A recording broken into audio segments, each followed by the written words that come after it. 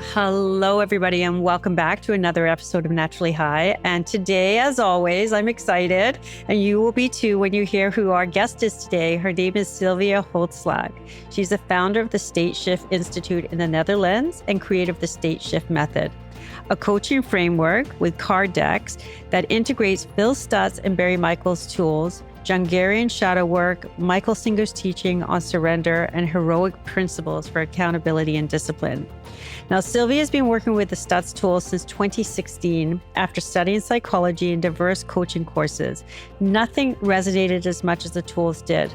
Through her one-to-one coaching practice, group programs, and 2 published books, she's helped over 10,000 people face what they'd rather avoid and use as fuel for growth. She hosts the Dutch podcast, I'm hopefully going to pronounce it as well as I can, called Ontsla, which means unhooked in English. And she runs the State Shift Institute from Michels, the Netherlands, where she trains coaches and guides internationally, mostly online, with State Shift tools through her shadow work, radical self-honesty, self-acceptance, and self-love. So a big, hearty welcome, Sylvia. Thank you so much for being with us today. I'm really excited to dive in because our audience doesn't really understand what the State Shift Method is, and maybe we should just start there. Tell us a little bit about the work you do. Thank you. And thank you for the beautiful introduction, Jeanne. Yes. So the State Shift Method is inspired by the work of Phil Stutz, Barry Michels, all the names that you just said. And this is about getting from insight to action. I used to have also a problem with addiction, to say it like that, what society would call normal, but became for me bad habits that really got in the way of being the person who I am without needing all the things from the outside world. And when I discovered the tools by Phil Stutz, I wish that I had what I have created now, and without wanting to sound arrogant, but I'm so glad that I could make this now to help people with to do the work daily. Because knowing that you need to change something is a big difference with actually also doing it, integrating it in your life. And that is what the State Shift Method helps people with. So let's dive in, and maybe you would like to have a demonstration on what the State Shift Method is. Yeah. Before we go, can I just mention something? But I absolutely am ready to go. And I have no idea what she's going to ask me or what my problem is or what I'm going to bring forward. So I just want everybody to know this is a complete spontaneous accountability of whatever's going to come forward. Yeah. But you talked about something interesting. So most of our listeners are in some sort of recovery, whether it's recovery from being human, whether it's recovery from addiction, whether it's recovery from their own trauma, self-healing journey, whatever it may be. You had a moment of clarity where you were what looked like just a normal drinker. And they call that gray drinking, which is like 2/3 of the population, actually more than 2/3 of the population have what we call habitual gray drinking, where they just really, they know it kind of doesn't, it kind of robs something from them, but they don't really see it as a problem because everybody around them is doing it and everybody is high functioning, holding down jobs, families, whatever. But you had this moment of clarity, and then you went into a complete, I guess, remission, which is almost like spontaneous, recovery without any treatment. Because if you had come to me and said, hey, you know what, I think I have a drinking problem, or anyone for that matter, a lot of people would, well, maybe not me, because I'm a much more liberal thinker, but most people would say, you think you need this, you need to go to a 12-step group, you need to go to treatment, you need to go to a therapist, you need to do this. People would have given you a myriad of solutions. And yet you found what I call spontaneous recovery all by yourself. So do you just want to share that insight before we go into that demo, if you don't mind, please? Yes, of course. Yeah, it was a moment when I was in a traffic jam. You are recalling that moment, right? What I told you about. Yeah, that I saw myself from a bird's eye perspective. It was hot. I was hungover. I was listening to the news. I had a headache. I was tired. I was feeling all these feelings, and I was standing in these kind of traffic jams almost daily. But this was the one moment that I just was so fed up with myself. I saw myself from a bird's eye perspective, and I was thinking, where is that radiant woman with hopes and dreams for her life that I once had? At that point, I had apart from all the studies that I've done, but also a dozen of unfinished projects on the shelf because I was always too tired. I really wanted to make something out of my life. And that's the moment that I decided, okay, let's start with listening to something else than the news, because I was listening to that from early morning to late evening. I needed to follow everything. Once I could, I drove off the highway, lit up a smoke. Another addiction. I also was addicted to shopping, to scrolling, Netflixing. Yeah, you can name it. I had it, and people would call it normal. But at that moment, I thought I listened to something else, and I found this book app. And in the book that I started to listen, they were mentioning the tools from Phil Stutz. And I had read, like you as well, who is also a self-development junkie. That's also an addiction, but nothing really resonated for me until this book came out of my speaker. And it was like an angel choir started to sing. It was just, it struck me like, this is about me. Stopped you. Yeah, it really stopped me. And I started to listen and like all the time, because this was something that was actually practical. It was something that I could apply. And I started right away doing it. The reversal of desire is one of the tools. And that means that you turn around what you want. And mostly when it comes to doing something difficult, that's something like, oh, no, that's too difficult. I can't do that. That's too hard. If you reverse your desire to wanting to do the difficult things, that's actually where you overcome yourself, because we know we need to do something, but there's always this gap, the gap from where you are to where you want to be. If there's no bridge, you fall. And that's what the tools are. And now what I also have created with my state shift method, it's the bridge to get there. It helps you to overcome your inner saboteur, your part X, as Phil Stutz, brilliant psychologist from LA would call it, who is also the author of the tools, also known from the Netflix documentary Stutz, if people are interested in more information about this. And he created tools to get out of our heads, because we are overthinking all the time. We are thinking a lot about what we should be doing, but we are not taking action. And that was the moment where it all started for me to quit, to let go of the things that were not serving me. And to start with things and also finish things that were important. So that's when I suddenly could finish books. When I suddenly had the guts to quit my well-paid but not fulfilling job and start my own coaching practice, where I could step up and start my tool school to coach other coaches and do it another round. And now creating the state shift method. And normally, if I wouldn't have found the tools and later also Heroic and Michael Singer's work, I would still be, I think, pretty much in that same place, and worse, because as you get older, it gets worse. And would never have had done all these things. But now there's this life force flowing that is just unstoppable. And no, it's not easy. And yes, I fall down like regularly, but I always get back up, because I know that it's not in how often you fall, but in how often you stand up again. Absolutely. And it's how That's a long answer to your question. I'm sorry. It's a good answer. And I just want to break it down for people, because really, there's so much richness here. And it's about the bridge that gets us from knowing to doing, right? Because we all not short on information. I always say that, but we're short on implementation. We know what we should do, whether it's I need to not eat that chocolate cake, or stop drinking, or get into action around, I'm ready enough, right? Around whatever it is we do, but yet we are stuck. So having a practical application, whatever that tool is for a person in those more moments, rather than abort it entirely.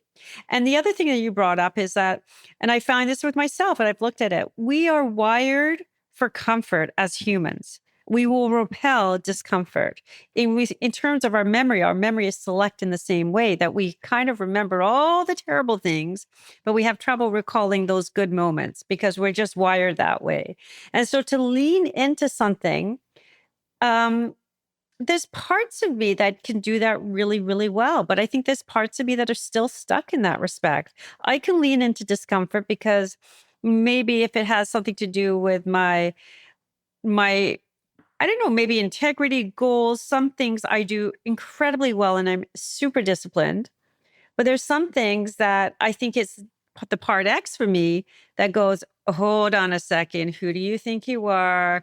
This isn't completely yours. Like we're really, whatever we're teaching, we're handing down from our teachers before us for every single one of us on this earth, right? Our teachers before us led the way and they paved the way for us. And then if there's people who we will pass on our knowledge and teachings to them and they will carry it forward and so on and so on.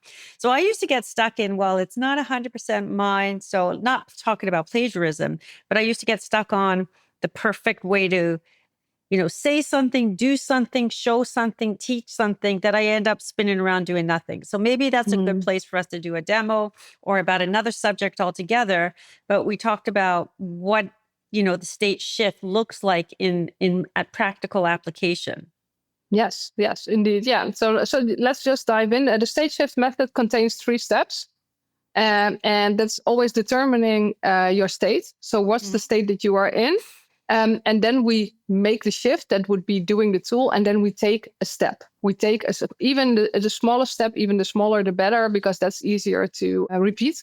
So we take the smallest action from the inside and the change in our inner state that we can do. So what I can do is just blindly draw a card for you, Jeanne. I always like to do that because I believe that the universe always brings what's needed, and also taking into account the audience that is listening, that also for you, if you are listening, this is the card that you need. So I want to see something. Here's my deck. I don't know if you can see us, but we're going to put the link for the card deck in the show notes. But they are beautiful. They are so well done. They are so fun. And I'm just going to show you like some of them. They're just like so fun and really relatable. So be sure to check them out. Anyway, let's jump in. Yeah, thank you. Yeah, let's jump in. So what I'm doing is I'm putting energy on it, and I'm just shuffling the cards, and I will see what the universe brings us. And it might be from a card falling out. That's mostly how I do it, but it can also be like, okay, I feel I need to take this one. Well, and this is very interesting that we are getting this card because we were just speaking about part X, our inner saboteur. I call it the saboteur. That's the voice in your head that always keeps us stuck. Because the thing is, we have trained ourselves to listen to that voice. And we don't, there, right? Yeah, it's always there, but also we are listening. That's the thing. When we were younger, if you are I have to say also add to that, hey, if you have a healthy childhood, I have to say, it comes. Well, mine hasn't been. I mean, people know. Well, mine never also was. Not. No, mine neither. But there was a part in my childhood that I wasn't as influenced by my saboteur. It came later on for me. That I really felt stuck like all the time. Like it was talking like, you are not good enough. And who do you think you are? That was something that came on repeat on a little bit later age. So this is about the saboteur and taking action. Oh my goodness. Like you could have created the perfect, I'm saying this, and this is completely spontaneous. And I cannot believe out of all the cards in the deck, this is the most appropriate because this is where I get stuck the most. Yeah. I get stuck in it being perfect, which is totally unachievable. I know that intellectually, but somehow that's what paralyzes me because I've been told I'm not good enough all my life. So I play into that narrative. So let's go. Yeah, let's go. So I invite you, if you're also listeners, if you are not driving or in traffic, to close your eyes. And first, really connect to yourself and think about where you are stuck on. What's the thing that's getting in your way? We all have our things. It can be on nutrition. It can also be on alcohol. It can be on negative thinking, or anxiety. What keeps you stuck on starting that project? Whatever the thing is, just take it in your mind and have it in your mind and think about the smallest action that you can take to do it. And I would like you to feel the resistance that you have against it. Feel the resistance. Don't walk away from that. Just feel it, check in where you feel it. And I would like you to reframe the resistance as something that has meaning. if there would be no resistance to do it, unless it's very unhealthy for you, if there wouldn't be no resistance, it would have no meaning. So reframe that. Imagine that you are putting a frame around that fear. The thing that you need to do, see that in like this cookie. We call this also the death cookie. And that you put all that fear in that cookie and you eat it. You have it as breakfast. You eat it as fuel. And we call that swallow the saboteur. You eat your demons. Have the death cookie, as Phil Stutz would say. And the saboteur you swallow will give you its power. And now feel how you are getting all that strength. See yourself doing it, taking that smallest action, and see yourself on the other side. That's what the meaning is of eating the death cookie, of swallowing the saboteur. I'm just doing it. I feel the fear and I eat it and I do it anyway. And then you feel that energy flowing through your whole system. And now you open up your eyes. And as soon as this podcast is done, you are going to do it. And this is the card. Yes. Yeah. So this is the card for the people who are looking, seeing the action. Saboteur. Yeah. Seeing the action, reframing it, literally eating the pain from it. And then standing for yourself like, okay, the saboteur you swallow will give you its power. So it's interesting because for a period of time now, I've been witnessing myself because I'm good at witnessing because I'm conscious. And I've been witnessing myself being resistant about a lot of things, whether it's exercise, whether it's starting something, whether it's finishing something. And I'm going like, what is going on, girl? Like, really, what is going on? And obviously, if you take time to literally listen to yourself matter, I call it mattering, like, just going on and on and on. And we know that we have 50 to 70,000 thoughts a day. So that's a lot of thoughts that are going through and being really unfiltered in terms of how they can subtly and overtly influence your life, if you think about it. So for me, my resistance has really been like, why are you resisting? Like, what is the value of resistance? And okay, obviously, so I'm scared. Maybe I'm scared of something or I think for me, with a saboteur, for me, it's about being wrong. And it sounds so simple. Like, okay, we all make mistakes. We're human. And I know that intellectually, but when you're a child and you're vulnerable and you were told all the time that you're doing it wrong, it really, I'm getting emotional speaking about it, but it really kind of makes you break in your tracks. It just like put the brakes on, because if you're not wrong and you play it safe, then everything will be okay. But in the meantime, if you play it so safe, you can't really have the beauty of what's on the other side of that either. So that for me is what came out of that reading, was really that I don't want to be wrong, even though this is not an intellectual pursuit that we're talking about. It's deeply emotional. And so therefore, I just don't execute in certain areas where it feels unsafe, where I can be judged, for example. And even a podcast is a brazen move. I'm pretty comfortable here. And I recognize that I may not be for everybody, but for the most part, I can do this, but maybe writing a book I can't do, or maybe teaching I can't do. So there's other parts. And that's where the practice, I think, comes in. Like, we're never exonerated. We're never there yet. We're always in practice, which is what a yoga practice is, a daily practice is. We get a daily reprieve. That's what 12 steps would say, from being exonerated from our next drink. And then we start again, and on we go. Yeah. And can I offer you something on what you are experiencing in those moments?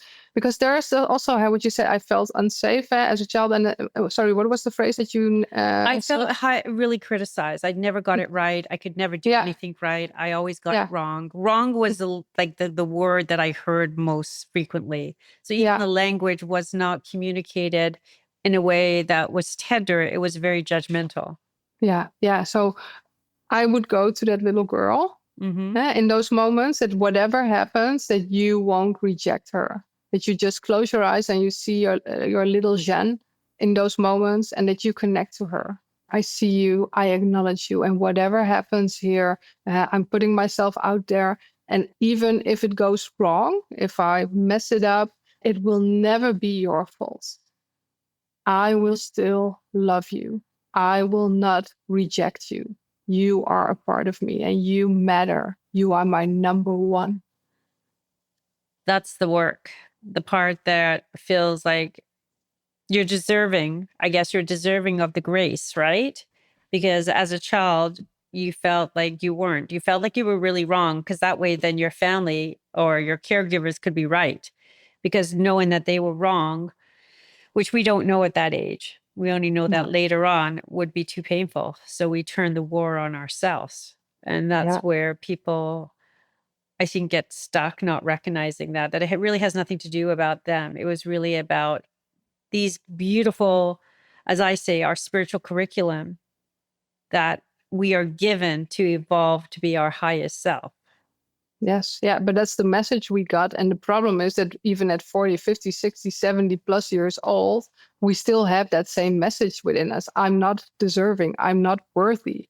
And that's something that, of course, it happened in our childhood, but we are still keeping that within us. And that is our responsibility to connect, to reconnect to that part. That's also, by the way, a card in the deck, to reconnect to that part of ourselves. And because it is, why wouldn't you be worthy? It's something that other people made you feel, even if it were your caretakers or a teacher or a friend or whatever. But we are holding on to that. We are keeping that belief within us, and it influences still at a higher age our whole life. Well, it's interesting because the more conscious you become, the more awake you are in your life, the more you recognize how much you don't know. Yeah. Right? It's like The more you know, the less you know. Yeah. Ignorance is bliss. Like now you understand why people who don't really care are sort of in that zone, because they really don't know what they don't know, right? Yes. And so for me, it's when I listened, like I was listening to you as I was going to exercise earlier today, listened to her in my car, and I'm in one of her programs, and I was listening to a module on it, and I'm thinking to myself, I don't know how often I listen to my voice. I'm really good at witnessing. I can see myself much better than listen to myself, which is an interesting fact. I don't know why I can visually see myself outside of myself, but the listening is something I've never, it's like that background radio noise, which I call it frequency. You call it shit FM, which is beautiful. Mm-hmm. But it's like that nattering. I don't notice as much. And I'm really awake now to that voice, which is giving me another dimension to sort of, so this is right. Oh, yeah, I wasn't really paying attention to her. Like she's just nonstop brutal going, right? Like I knew I had an inner critic, but I didn't really know that voice was sort of playing 24/7, right? I was just looking at myself in certain actions going, oh, interesting. And what, like, more curious, like why you're doing that or not doing something, but not as judgmental. But the voice is brutal.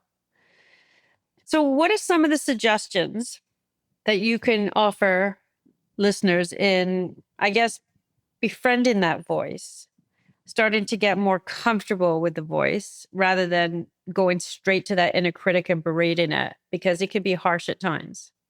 Yes, well, it depends on which voice you are talking about. Now, so what I believe, and this is my take on or the psyche, is that we contain multitudes. We have many parts. So we have the authentic self, the higher self, or whatever you want to call that, and we have the part X, aka the saboteur voice. And we have, most people have a busload full of shadows on different parts. I would think so. Yeah, indeed. But the saboteur, is the negative voice, and you can't befriend that voice because it's the negative energy that is always within us. It's every force has a counter force. So we have life force, and the counter force would be your saboteur. And the saboteur always wants to keep you stuck. So what would be helpful is to catch your saboteur, to label the saboteur. And I always say, put a stamp on it. Every time you have a negative thought about yourself or the world, that would be your saboteur. And it's very interesting. That's the first thing that I teach people when I coach them. Start, jotting down, how do you call it? Just a stripe for every moment that it's attacking you. Yeah, like I notice like when you're offended by something or you're Yeah. not liking something, like Yeah. Well, I have this thing going on with exercise. I'm really getting good results and yet I'm resisting it. I don't even know what it's about. Like I really don't like it, but I'm thinking like you're going to go. So what's the point, yeah. right? Yeah, but So it's noticing that, worse. right? Yeah, it's noticing that. Yeah. Yeah. Yeah, I'm not and making the labeling it. process easy, right? For myself or probably for my trainer. We like Yeah, but that's the follow-up thought. But the first moment is noticing when it starts to complain, and if I let it, it starts with, it's raining outside, my parking spot is busy, I have to make breakfast for my kid and I don't have time, or I have so many clients, when I have time for myself, and I'm too fat, and this is not good, and it's like 24/7, like you said. So it's very interesting to have like a note paper and a pen and paper with you all the time. Every time it's attacking you, and I guarantee you, with 1.5 hours, you go nuts. But that's when you really realize, okay, this is a part of me. This is not the whole me. And then what you then do is, okay, you can put it outside of you. Like, okay, have it in front of you. You can even form an image of your saboteur. Mhm. And for me, it would like be a little bit of a devilish figure of myself. It's like the evil version of myself, like Mr. Hyde, but then in a female version. Like, I got you. I'm your wine witch, the bitch that is always complaining. And it's I'm there with long nails. But if you have it inside, if you can make an image, form an image from it. I have an image. My name is Cruella de Vil. For the cool. Okay, she's brutal. She was a wicked witch. Yeah, I love that. Yeah, and if you take that moment to close your eyes and to see her and to put like this spotlight on her or on him, depends on what image you have, it can't attack you if you put consciousness on it. And that's such a simple tool, state shift, whatever you want to call it, to do, because if you put consciousness, the thing is, it attacks you from the unconscious. It attacks you when you are unaware. Yeah, and it wants to let you believe that it is you who's doing the complaining. It is you who's having the resistance, and it's not. That's its biggest lie. It's just a part of you, because there's also a big part of you, which people also, we all recognize, that I want this beautiful life for myself. I want to be the person who is like joyful, happy, that enjoys life, that is present, that where the days have meaning. But the thing is, we have trained ourselves, and not on purpose, but we are listening to that voice and we think we are it. That it's the full self, and it's just a part of us. And when you catch it, in the act, like, I've got you, you can make a different decision. And that's not to listen to it. And that's why change your behavior, and your feeling will follow, will help. Because as soon as you start listening to resistance, which I recognize, it's not that I like to work out, but if I am listening, like, okay, I have in planning, like, okay, I go work out 6 a.m. or 7, whatever. And I say that to myself, once the alarm clock goes, it's like, I don't want to go. If I start listening to that, I'll stay down. No, the first thing that I'm not listening, like, go as soon as I can. Yeah, and on the other hand, also, if I need to, I do that state shift. Like, okay, bring it on, let's go. I'm putting myself, and there's a card for that also, to get through the wall. I call it the hammer, that you form that sledgehammer from yourself, going through the wall of resistance, being catapulted on the other side. And I'm doing it. Nothing will stop me. I am unstoppable. And if you keep repeating that, because the resistance way is our 6-lane highway. We know it. It drives easy. There's no other traffic. But this is like the new bumpy, sandy road that we would normally avoid. And that's the resistance. That's the pain avoidance. And we have to go there to make it our new highway. And that's something you can train. And that's what we do with with this or any other. If you think about it, you're building new neural pathways, right? And exactly. And so instead of like repeating old behaviors, you're learning to exercise that muscle with the new behavior, right? Like, so if I'm going to exercise, I think that's where I'm going to start, is with obviously the perfectionist piece I'm going to work on. But I think for me, it's around, okay, if you're going to do this, just do it. Yeah. Pretend you like it. Like, don't even entertain that voice. Indeed. Don't even entertain that voice. Don't listen to it. Yeah, because it's also be the person. What would the person do that you aspire to be, that you want to be? And you are already it. It's not about becoming someone new. It's about removing what is in the way to be your most authentic and full self. And be more of the person you want to embody. Yeah, you are already that, but you are just not doing the things, and you've trained yourself on different beliefs. And if you remove those beliefs, if like, oh, you're not worthy, if we remove that belief of you are not worthy, you are worthy. If we work on, okay, I work on letting go of resistance, but to surrendering, like, okay, I suck it up. It is difficult. It is challenging, but I think I'm worthy of being fit. I'm worthy of taking care of my physical body. And it takes doing the hard stuff. And why is there resistance? Because it has meaning.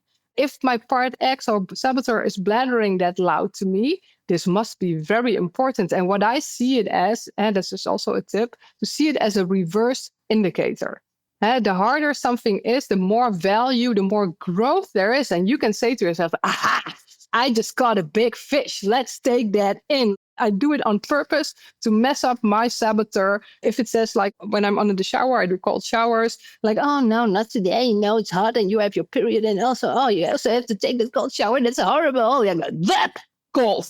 No, shut up. Yes, yeah. And that's where you overcome that part, overcome resistance, and you grow from that. Because if you do all these small things on a day, instead of not doing them, the pain in the moment is less than the suffering later. The weight of the pain. Yeah, there's no question. The suffering is eternal. It feels eternal anyway. Yeah. It goes on and on and on. Where the resistance is a very shorter period of time, unless you make yourself miserable.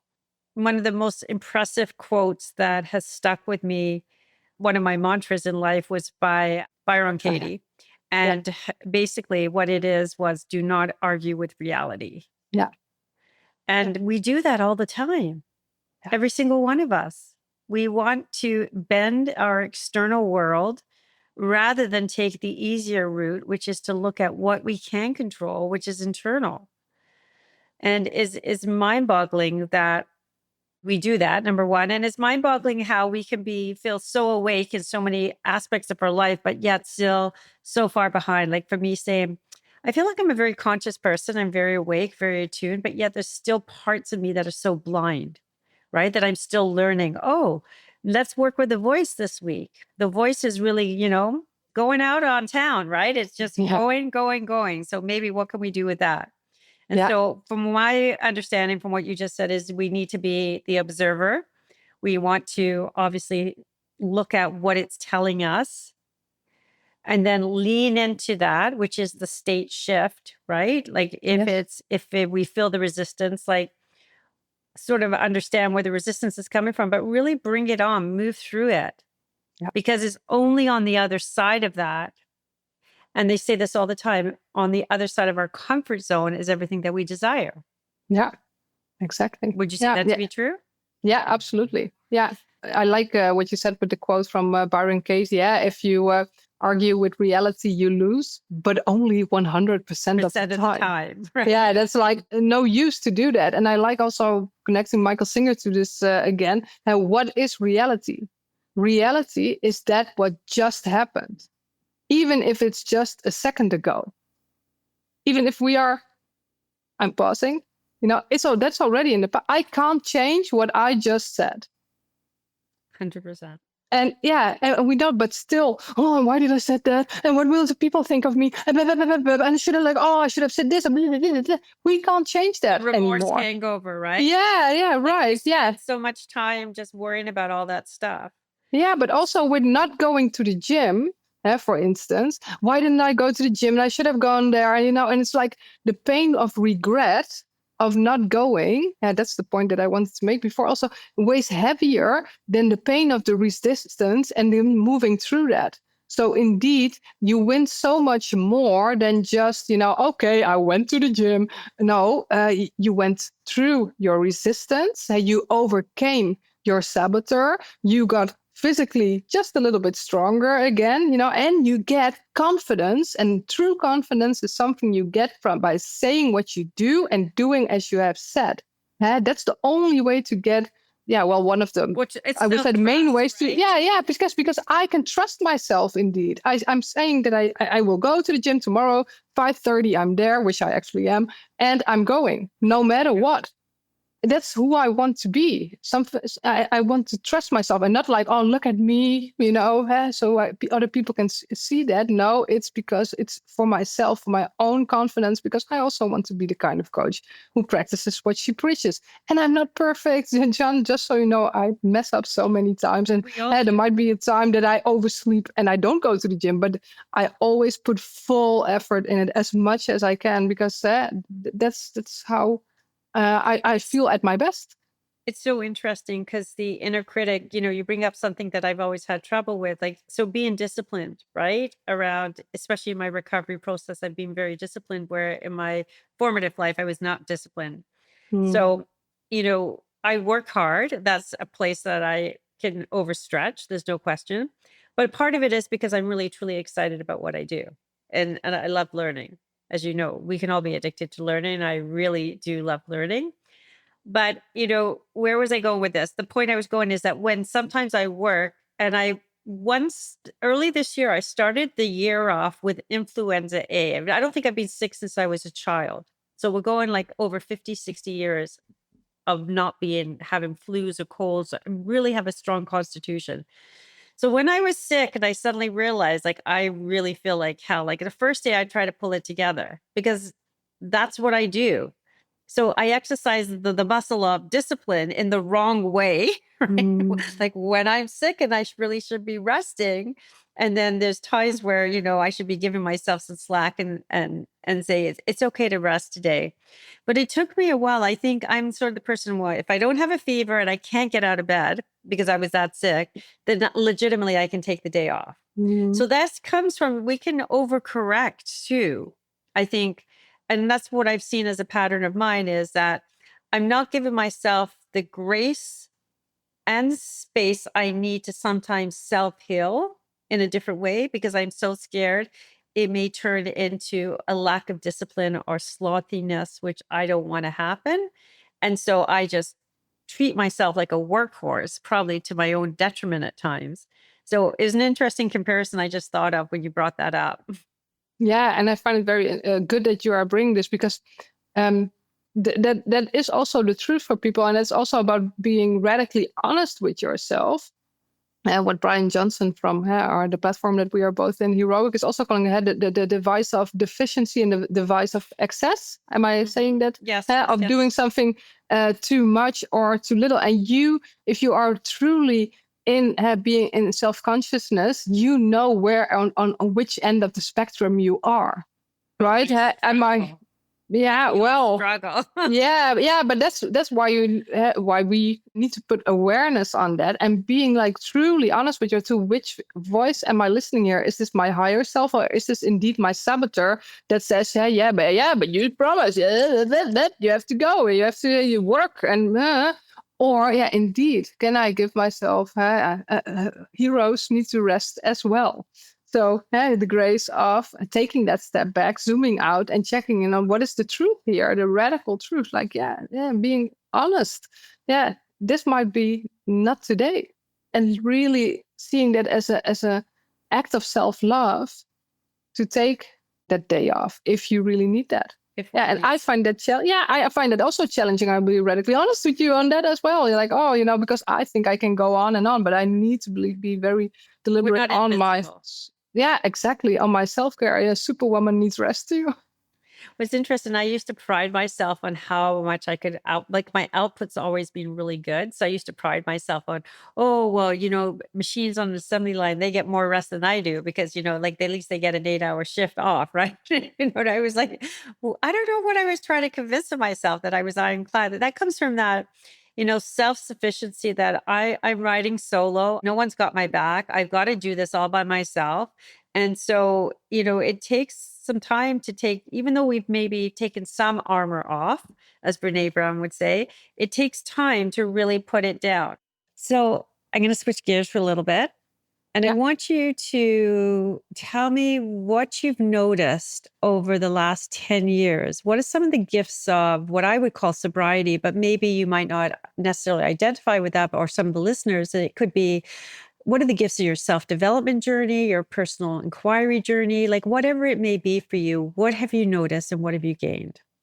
Yeah, thank you. Yeah. So, first, self-confidence, because now I am that person that, again, does what she says. Instead of like, oh, I know I should be quitting alcohol. I was thinking about quitting alcohol for years. I grew up with an alcoholic mom. Every year I had this challenge for myself. Okay, I'm not going to drink for 4 months. But after those 4 months, I went fully loose again. And then I did the next year for 5 months. And I kept that up. And again, after 5 months, fell back. And then the next year I did 6 months and I couldn't make it anymore. And then it's like, oh, it's this problem every year. And it's now at a certain point, I thought in Austin, even, I think one of the times we met, like, okay, now it's done. I have to quit altogether. It's also something that a part of me, my shadow, begged me to do. Sylvia, you can't be who you are if you don't. Please do it for me, is what she said to me during this breath session that we had. Having self-confidence, not the confidence that you get from having that drink and then you feel like, oh, I feel a little bit the edges off. No, I now can truly be myself and fully be okay with that. But also the ability of self-expression. Of, okay, this is who I am, this is what I stand for. Yeah, and I'm okay with it. I'm more than, it's something that brought me self-love, because there was always this part of myself that was despising me for doing that. Who do you think you are, telling other people what to do if you don't do it yourself? I want to be the person that practices what you preach. And it's not about perfection, but it was it's integrity, and it was in my way. And what also happened is that I actually I thought always that alcohol was something also with my friends that was like sisterhood, all together, and drinking. It's like, but I actually got deeper connected because it was from a place of from the heart, instead of like the drunken talk. Meaningful connection, right? Yes, yeah. So yeah. Confidence, self-expression, meaningful connections. Yeah. So you bring up something really important. I just want to address it. When you talk about confidence and the voice in your head, for many people, so I'm like you, for many people, we defined problem drinking as people who physically drink too much. You put some alcohol in front of them, they're going to down the whole bottle and obliterate it, or that kind of drinker. And there is that kind of drinker, and that person would really look like an alcoholic. But then there is the other kind of drinker, and they call it at 12 steps, the mental obsession. And I'm one of those people that the minute you put alcohol in front of me, the noise turns on. I can find peace without it. And I find that I have a good, strong mood without it. I definitely have more confidence. I'm more trustworthy with myself and with others. But once alcohol goes in, the noise goes up. And the only person who knows you're struggling is you. Nobody else sees that. So they don't think you have a problem.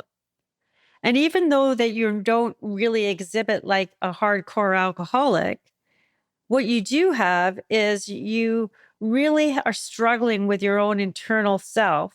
And it's almost like you're beating yourself up constantly, because every day you say you're going to do this, and every day you say you're going to do something different, which is really where the conversation opened up at the beginning of the conversation when we started talking about state shift, right? Yeah. So I just really, and this is what is called gray area drinking, where most of the normal population sit.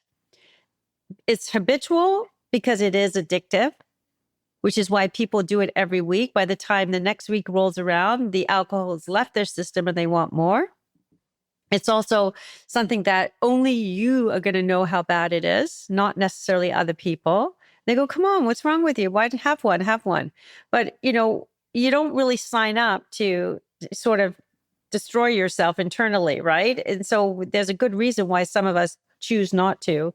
And it brings to the point that we don't have to go all the way down now in order to really stop a habit that really isn't serving us well. And so for those of you who struggle or think that maybe you have a problem, if what the old saying is, if you spend too much time in your head thinking about it, you may just want to do your own science experiment and, run a hypothesis and see what happens if you stop for a month or so, because you may find that you have way more peace than if you keep doing what you're doing. And that's not saying that one should. It's just really just be more curious about what's true for you. Yeah. Yeah, that's beautiful. So one of the questions I ask every single one of my guests is, what do you do to stay naturally high?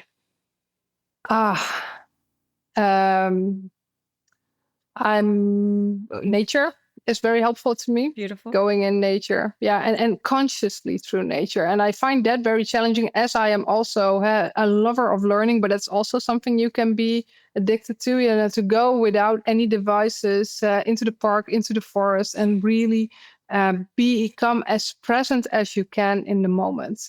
And that's when you when you can stop thinking and just enjoying the present moment and hear the birds and see the flowers and the plants and the trees, and that's where I am really smelling the forest is where I can be really naturally high. So I'm also aiming at moving myself close to a forest because I want more of that. Me too. I find that very helpful. Being more present is what I'm aiming for.